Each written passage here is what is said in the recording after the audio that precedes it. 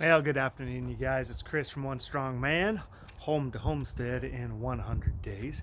And today is the 7th of February, and we're kicking right along. And if you can tell, that thing in the sky, man, that is the sun. And it just popped out like 25 minutes ago. And so when you have the chance, you got to get out and do stuff. It has been pouring down rain for the last, I think, 4 or 5 days since you guys saw my last video.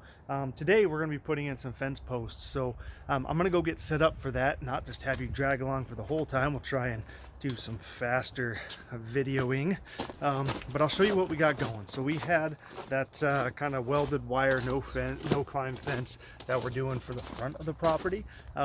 That's to keep our dogs and such in, but we have this other fence we're doing for the poultry area of our property, and it all starts with these posts right here. So these posts are like kind of a garden post. They're 2.5 inch round, whatever they are.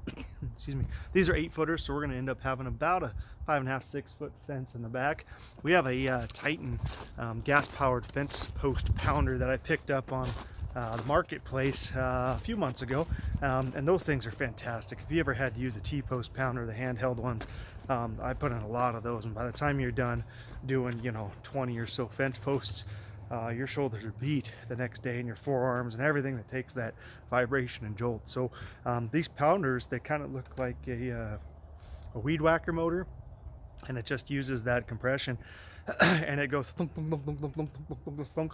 As you hold it, you depress the accelerator, and it'll pound those posts in, as well as steel posts, T-posts, and they make some different tips for them, so you can do different round sized bar and stuff like that. But they'll drive a post 4 feet or so into the ground, and it'll do it in maybe 20-25 seconds each, which is nice, because then you can just put a little, if you're doing the metal T-posts, you can put a little level on it and just kind of hold it back and forth and make sure you're going straight in the ground, and it'll drive it, so you can kind of pay attention to that little bubble float, rather than just standing them and all of a sudden standing back and realizing all your fence posts are kind of crooked. So anyway, we're gonna get to those today. I'm hoping to put in, well, we got 60. I think I need 45, and then a couple of H brackets on the corners, and I'll show you how you guys do that, because this is all part of the same plan here, is to allow our animals to do more free range. Talk to you guys about the turkeys always going over to the neighbor's yard, and this is going to be tall enough that they don't really want to fly over it. They totally could, but it's the idea of holding them in a little bit more, because really what they want to do is kick around and scratch. So anyways, we'll bring you guys along for that.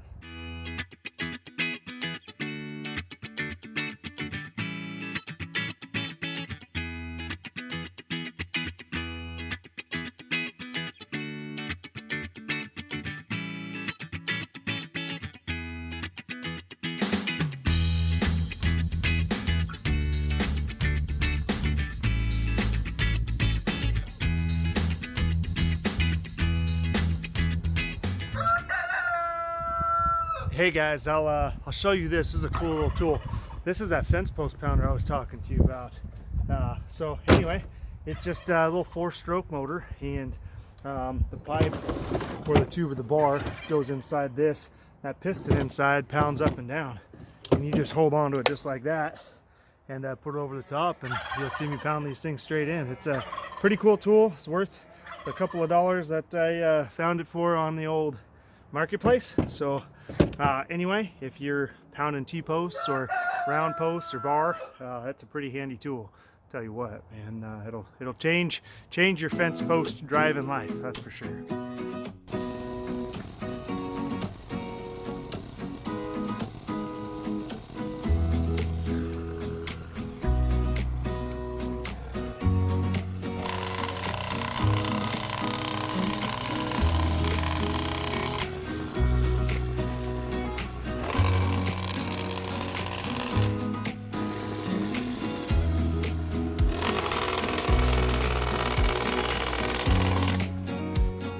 Well, as you can tell, it goes in all right. Hardest part is lining up the damn ladders here and falling off the ladder, but there you go. There, yeah, this one's gonna be a little crooked, but it'll be pretty good, right? This one here is kind of stuck in some soft soil, so I might have to do some dirt work on it, but let me see if I can get you here. That's not a very bad line so far, right?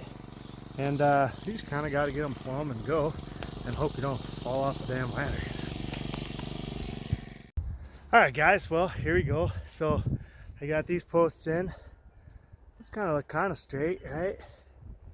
It's not bad. Not bad for a dude. The ladder keeps falling off the dang hill. So I'm about, I guess about halfway.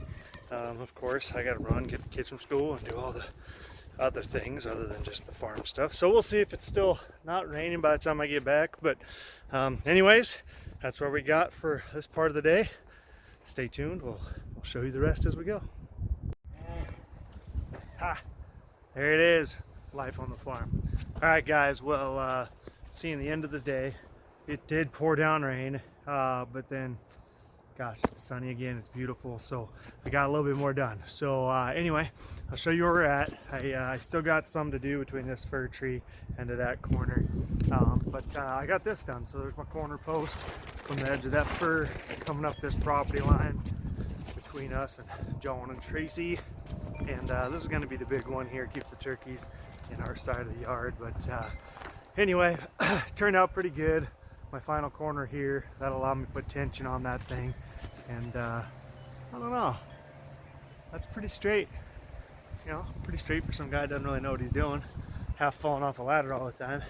You know how it goes. You're out here and you're trying to get stuff done, and I bet I made 40 trips back to the old shop to get things, and then I ran out of fuel, and then I read a little closer on the that little post pounder I was using, and didn't need mixed fuel, so of course I gotta dump that sucker out and put real fuel in it. You know how it is, man. It's always something on the farm. Well, thank you for coming along with me today. This is a big one on our project. I did just get that fencing delivered as I was out here working. FedEx dropped it off. We ended up getting some 6-foot tall, it's actually deer netting. So it's got like a wire mesh in it, but it's coated in like poly coating of some sorts. So that's not just metal, so it's all black. Hopefully it'll help us be able to see through it. We got the, it's called 1100. So I don't think it's 1100 pounds of pressure, but it's pretty thick stuff. And the idea is that it doesn't just break down. It's got like a 25 year life from UV. And we figured if we're gonna do this, it's important to get the good stuff. And in theory, it's supposed to have a deer not be able to run right through it, but I'll be honest, I don't think these posts will take a deer running into them, because they're just 2.5 inch wood or 2 1/4 wood or whatever it is. But anyway, at least they get stuck, and then we'd have a deer net. All right, guys, thanks again. I just got to clean up for today. If you guys haven't seen the back from this side of the property, you can see all that down timber. My cows are mad because I have not paid any attention to them today. They normally think it's funny when I come over there and cut stuff. They're kind of weird, man. Every time we knocked a tree down that had like a couple of tufts of, you know, old leaves or moss or anything on the tip, they'd kind of walk along with us, and they'd eat the bits of it as we're dragging along with the excavator. They like the work. I told them to use those horns and knock some stuff down, and while they're at it, rake up some of those piles so I can burn them. So anyways, guys, gonna go feed the cows. I'm trying to, you know, give them a little bit of grain right now since there's not a lot back there. They got a bale of hay, but I'm trying to get them ready to move to a new area, so I don't want to put a new bale back there. But anyways, thanks, guys. Like always, subscribe, find us on Patreon, join us for this journey. We are kicking right along, and I hope that you guys are getting inspired to do some things yourself, because the only way to get there is to jump in and do it. And we just ordered new chicks. We ordered pheasant again, and we ordered some, we're gonna try, what are those little guys? It's quail.